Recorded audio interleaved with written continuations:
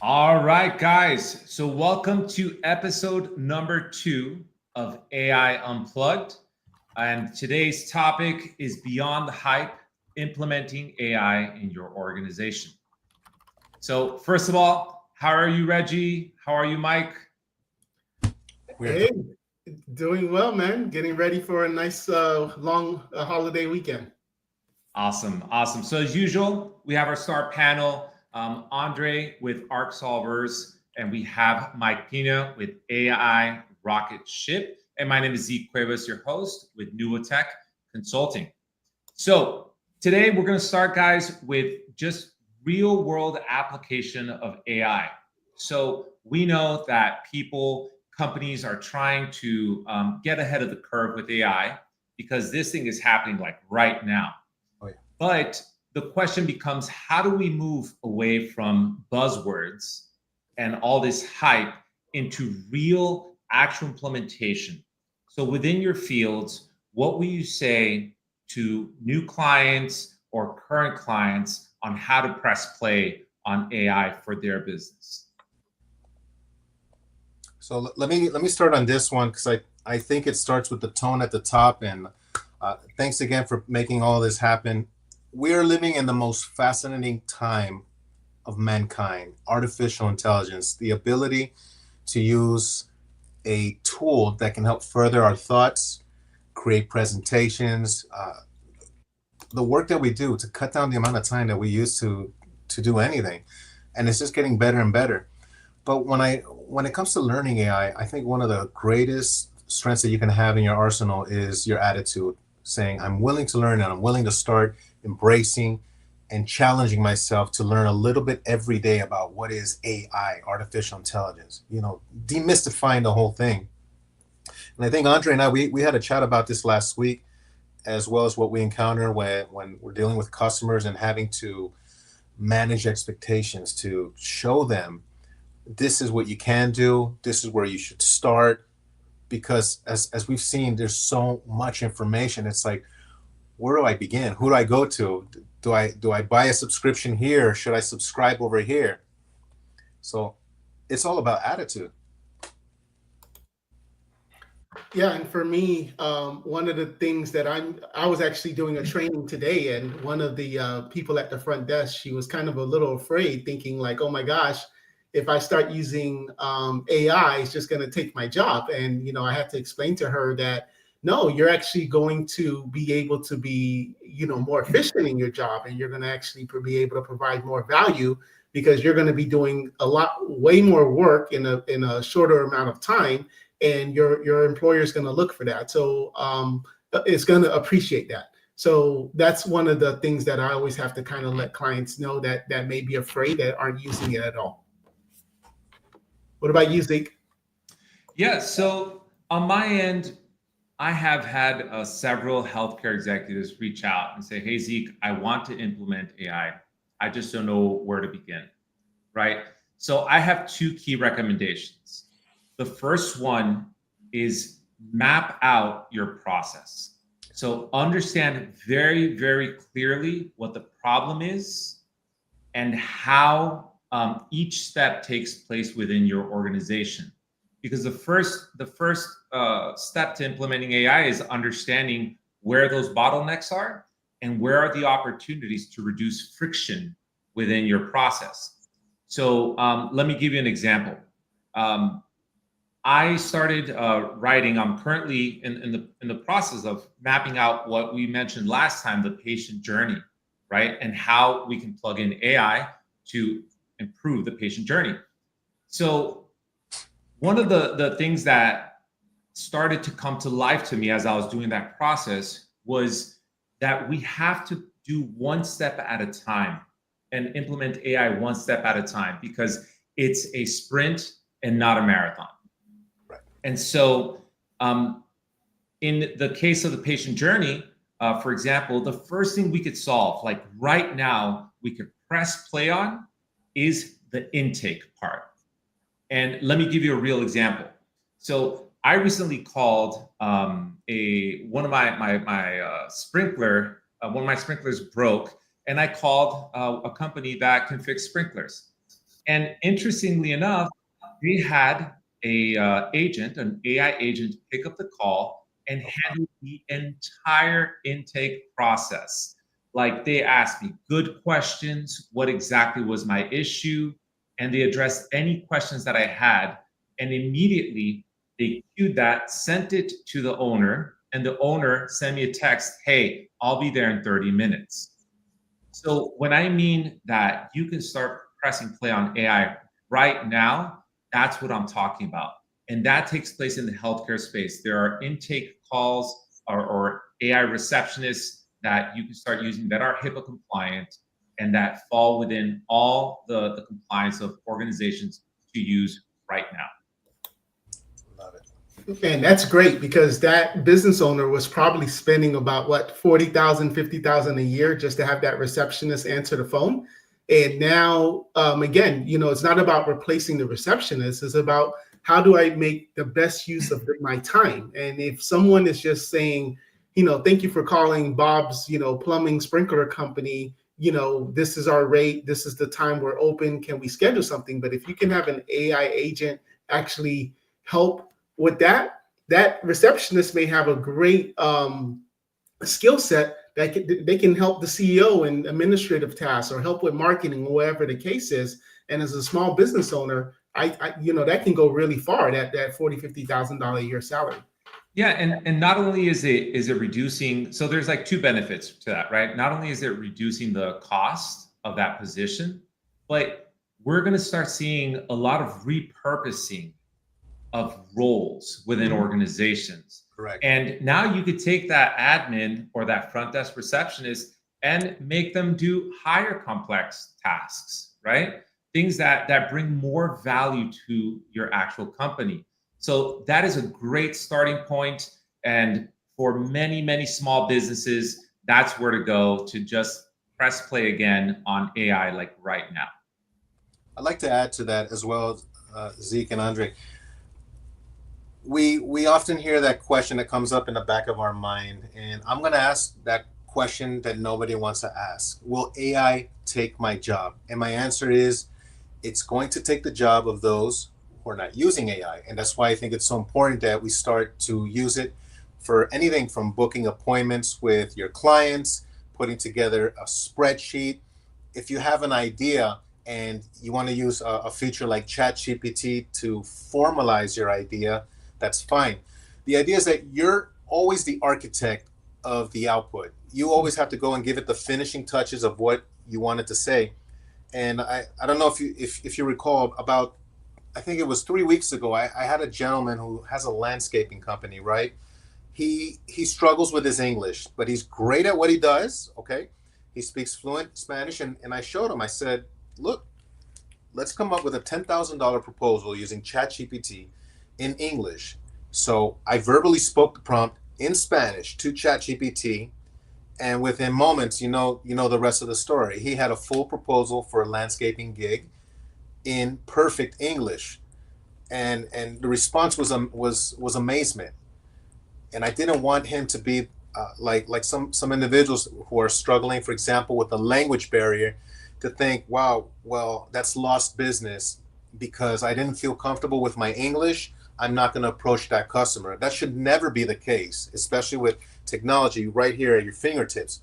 But it starts again with the attitude. Are you willing to learn artificial intelligence, to take a course, to take a cohort, a training, a live session, or something online? Yeah, and money loves speed. And the faster you can do all of this, the faster you're going to be able to grow your business. Absolutely. And I have another one for you guys. So check this out. There's even things that aren't necessarily AI, but rather RPA, or what's called robotics process automation. So this is a tool that's leveraged, is starting to get leveraged more and more within organizations to automate processes. So let me give you an example. Suppose at home you have your Wi-Fi, right? You have either Comcast or any company that provides a service for you. So suppose your Wi-Fi goes down. What's the first thing you do? You go to your router, you call Comcast. Yeah, Mike. So you get on the phone with Comcast and you say, hey, my Wi-Fi is down. What's going on? And then they pass you to a technical expert that tells you how to troubleshoot your router. So you unplug it, you leave it for like 5 minutes, plug it back in, and typically that brings the Wi-Fi back unless there's a serious outage, right? So what happens? RPA, or robotic process automation, there are several vendors, some are better than others that do this. It's basically, think of it of having like these spider bots inside a box. And you tell each spider, hey, if the Wi-Fi goes down, I want you to go and reset the router. Then the second one, I want you to do task B, task C, task D. So as soon as the router goes down, these bots, which have those predefined tasks, go and troubleshoot. In the event that they can't fix it, they create an exceptions report. And then human intervention comes in. But what that does is that it kills 80 to 90% of the process, right? So those are uses of how also it's automation, not only AI, but RPA and robotic process automation takes place. No, that's awesome. Because if you're, I mean, obviously the big boys, they are going to have a system in place where, you know, the Comcast and the AT&Ts and things like that. But if you're that small business owner and you're in that service business, and you know it's expensive to roll out a truck, and now you could make something where, like, I'm imagining like a surge protector or something like that, where if it doesn't get a heartbeat on the internet, it automatically reboots itself, like, you know, like different things like that. There's a lot of cool things you can do. That's correct. Those features, because they save time. And if you ever have an issue with like your electricity going down, I think FPL is already using a similar service that they're already telling you that there's a power outage in the area, what to expect, who's coming. I had a question on a different experience I had just 2 days ago trying to do a return on Amazon. And I actually got frustrated because I wanted live support. And I kept putting live chat. And this funny little picture of a dog chasing like a newspaper kept coming back on. I actually did a screenshot because no matter what I did, I almost felt that they wanted to do everything to keep me from talking to a human being and see if I can read the self-help articles. So on the flip side, Zeke, about what you're saying, and this is where the human aspect I feel needs to be present. We still need that because you're going to have people like me that want to pick up the phone, okay, and speak to a human being and say, look, I have an item that is outside of the 30-day return window. Can I still get an exception or a refund? The answer is going to be no. But I know if I talk to a human being, maybe they can make an exception, and they have in the past. Yes. It's always those Android guys. My gosh. Yeah. So if you've had that experience trying to do a return, you know what I'm referring to. It's like, go to technology, read about it, and I'm like, I want to talk to somebody. Absolutely. And these technologies need to be human-centric. Right? We need to build human-centric AI. And in the instance of the sprinkler repair company that I was mentioning earlier, they actually have those exceptions. If you really want to be transferred to a person, AI will do it. And it says, hey, no problem. I understand. Let me get you over to the representative so that they can help you. And it works faster. The beauty of it is that it eliminates this archaic prompting system, telephone system that we've had for so many years now, where you call, let's say, your doctor, and it says, hey, for option 1, please press this. For option 2, how frustrating is that? Right. Like nobody likes that. And my experience with this was extremely cool. I'm like, hey, okay, it sounds like a person that'll improve with time, but it was a very smooth transition into getting service. And that's great. Reduces friction and immediate service. I got what I needed, and my sprinklers fixed. Awesome, man. And it's also important to remember who your audience is, because if you're trying to implement like this, this type of AI where it's that, robotic AI, but if you are a doctor's office and you're doing hips and your average, customers 65 to 84, baby boomer type of audience, that they may not appreciate that. That's correct. That's absolutely right. And we need to account for those things as we implement it. Right. That's the other thing I wanted to ask about, being the learning curve, the generational gaps. Should AI be adjusted to fit that target audience? And you mentioned baby boomers, for example. So I'll give you an example. My mother's a caretaker, right, for an Alzheimer's patient who's already in her 90s, and mom is the one who has to call, get medicine, make appointments. It's a lot of work. And for anybody listening on the podcast, if you know what it's like to be a caretaker for an oncology patient or an older adult who's declining, whether it be from Alzheimer's, right? To have the additional frustration of having to call CVS and find out, did they get the right dosage or was it approved by insurance, is extremely frustrating. I mean, it could break your spirit totally. But I feel that with some of these AI tools, it can help make that process much easier. Automatic refills, certain medicines pre-approved in advance to help basically improve our quality of life. I mean, who wants to be on the phone for 30 minutes waiting to get an appointment or talk to somebody at CVS or Walgreens or Walmart, wherever your pharmacy is?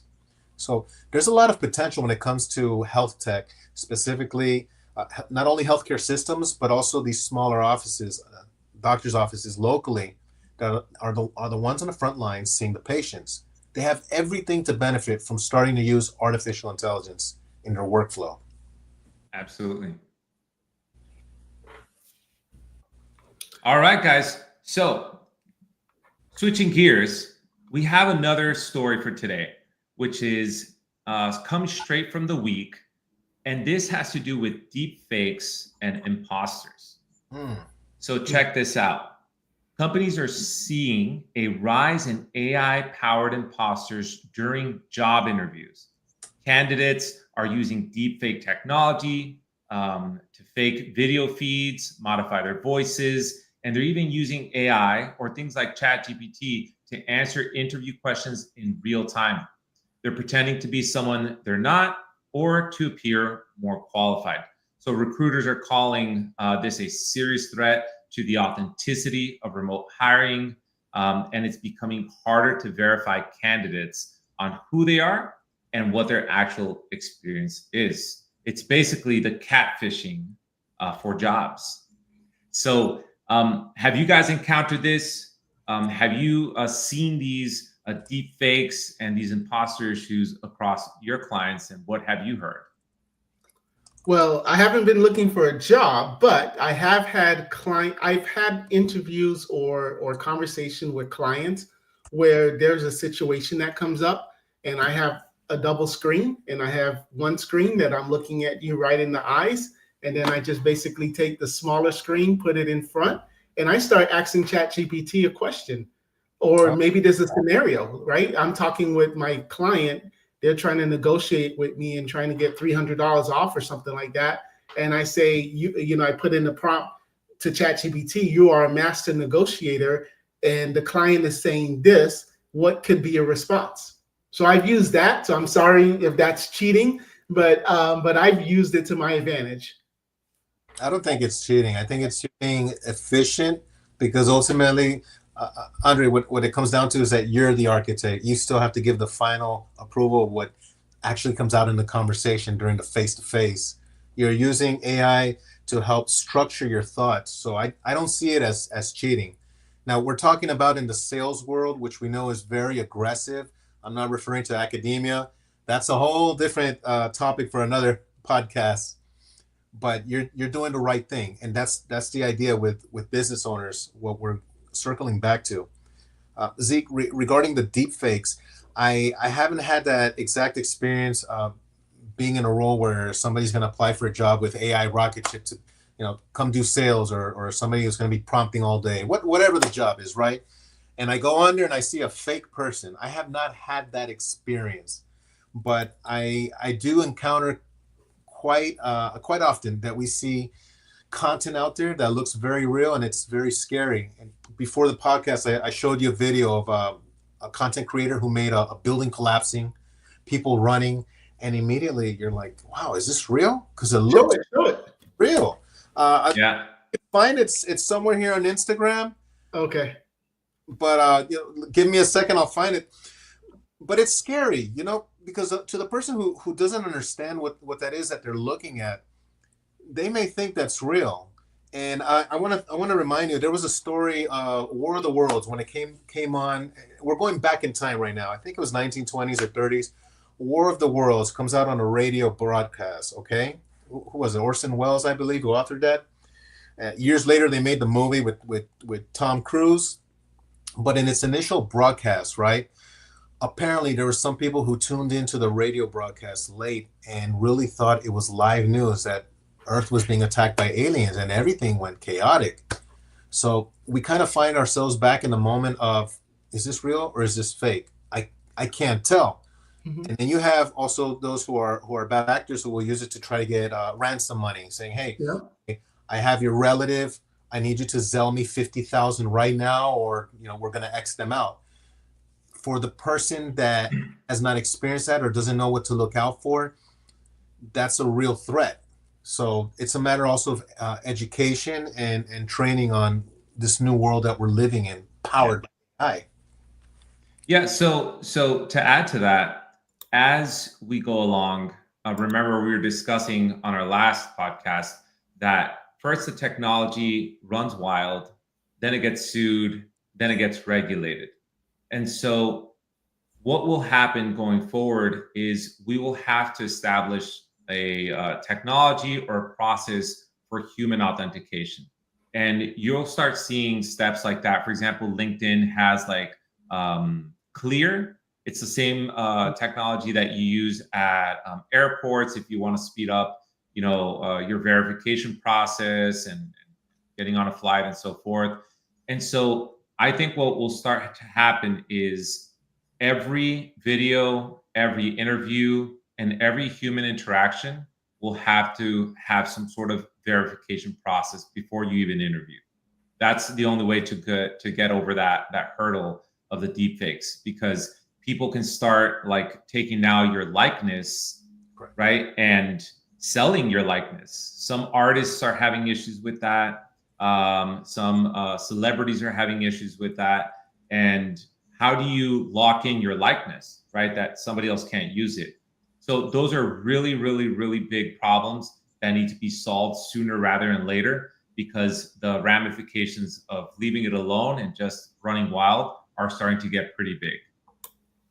Man, that's actually a really good point, because if I'm watching a YouTube video and they're taking a fake LeBron James, like it happened actually with LeBron James, and they claim he said something and he had to go on Twitter to say that wasn't true. But if there was something like how on the social media, that little blue, little check mark or something that says this has been verified, I think that's actually a great technology to create. Yeah, absolutely. Another thing also with that, I know with AI Rocketship, we're currently in the process of creating a certification in ethical AI. It's been months in the planning. And what I see is that we're going to see more training and certifications and basically measures that give people that extra layer of education and understanding. So the next time you hire an employee, for example, you're going to know, okay, they've been certified in ethical AI usage. So we know this person's good. So that we bring them into our company, right? We know that they're going to use our equipment in a way that will not jeopardize us or release patient information. They're going to understand about the potential risks. and Andre, you come from a cybersecurity background. You know how dangerous even something as an email can be, a phishing email, a text message. Now, there's a current scam going on right now in Miami-Dade with I believe it's the immigration issue and SunPass as well, regarding scams happening through text messages. And those of us caught unaware, we don't know. So what I'm trying to say is I wouldn't only put the burden on institutions to have a check mark to say that this podcast has 3 real people in it, but also we as a society need to do our part and actually increase our knowledge and understand what is out there in the world. If not, we're at the mercy of what's out there in the world, and we could get caught up in something. That's right. That's right. So, hey, I'll pose you one more question for Andre.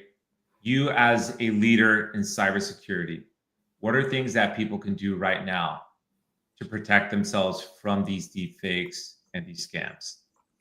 Yeah, so training is always the number one thing, because I, as a security consultant, I can put the best firewalls, I can put, different messages to let you know, hey, be careful when you click on something, or, a message that you get on your phone. But it takes only that one time for that one person to believe that that building is falling, and or send the money or so forth like that. So at the end of the day, it's all about user training. So something that we do in our for our clients is twice a month, we send out phishing emails. We try to get them to see if they're going to click on something. But now that we're talking about AI and we're talking about these deepfakes and so forth like that, I'm actually now needing to go back to make sure that our quizzes that we send out to our clients to fill out, and phishing emails, it needs to now start to include things like that. And if they do click on that email or believe that video that's showing up, they get that little slap on the wrist to say, no, this was actually a deep fake. So that's something that I have to actually start thinking about. Even when you were talking about that AI agent for the phones. Well, what if we now have an AI agent for the phone act as if they're tech support? They don't necessarily say ARK Solvers, but what if we just say, hey, we have a fake AI bot, I guess, call the client, say they're tech support, and just go through a conversation with them and see how far we can possibly get into their computers. So that's actually something that from this podcast, right. I think I need to get started on. That's right. And it's a whole new brave world out there, right? Really, really, really taking all these things into account. Last time we spoke about, again, the importance of businesses and our businesses, and recommending to our clients to implement governance and policy. We have to train people. Andre's 100% right. We have to raise awareness. And that's a lot of effort in education, because some people don't even know there's deepfakes. Right. Yes, that's correct. I know from our perspective, so with AI Rocketship, our whole business model centers so much around generative AI, creating brand stories at a third of the time and cost that it would 10 years ago before AI, right? We tell stories, and we love to do this. This is what we do.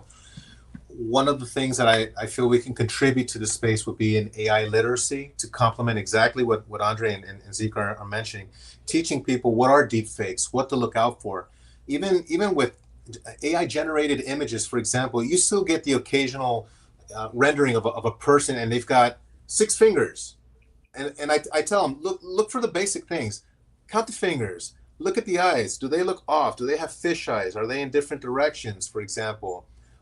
Look at the patterns, especially on the hairlines. Is there a blur?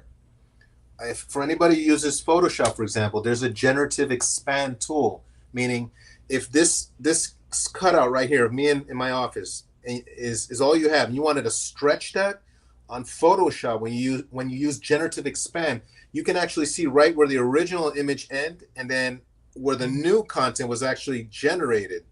So these are like little forensic tips that I've come to embrace over time through repetition and seeing, okay, this is AI, obviously. This is really good AI. And then this, I can't tell if it's AI or not. That's how good it's getting. But the basis is teaching people literacy. Look Yeah, out. and in the same way, Mike, to add to what you're saying, in the same way that there are good actors, there's always bad actors for all things in all technology. And this is where we as leaders need to battle that front. We have to make this part of our engagements, part of our discussions, part of our solutions. It is just an absolute necessity, right? It is like seatbelts for a car. Like we have to have seatbelts. And so as we move forward, we are going to see an increase in this, an increase in fraud, an increase in imposters and deepfakes and so forth. So having a plan is the absolute critical. Absolutely. Yeah. It's just unfortunately sometimes, well, not sometimes, most of the time, the bad guys are ahead of the good guys. So, and that's why it's just so important for your business to stay safe and to educate your employees. I like to kind of just throw this out into the general public, just some thought-provoking questions. In the world of cybersecurity, for example, what ARK Solvers is completely involved with, you guys are leading the wave when it comes to this, right? I would probably ask our audience, are you ready to get hacked? And if you do, what measures do you have in place? And I know Andre would be phenomenal at showing all the weak links in all the little, how they say, the chinks in the armor, I believe, all the little open areas where you can get hacked or lose information. When it comes to generative AI, I would ask, how many people, or are you using generative AI to speed up business, speed to lead, improve your processes, make an Instagram video in less than 2 hours without all the challenge of actually having to hire somebody and film, cut, and all that. There's tools that can reduce the amount of time so you can get back to what you love.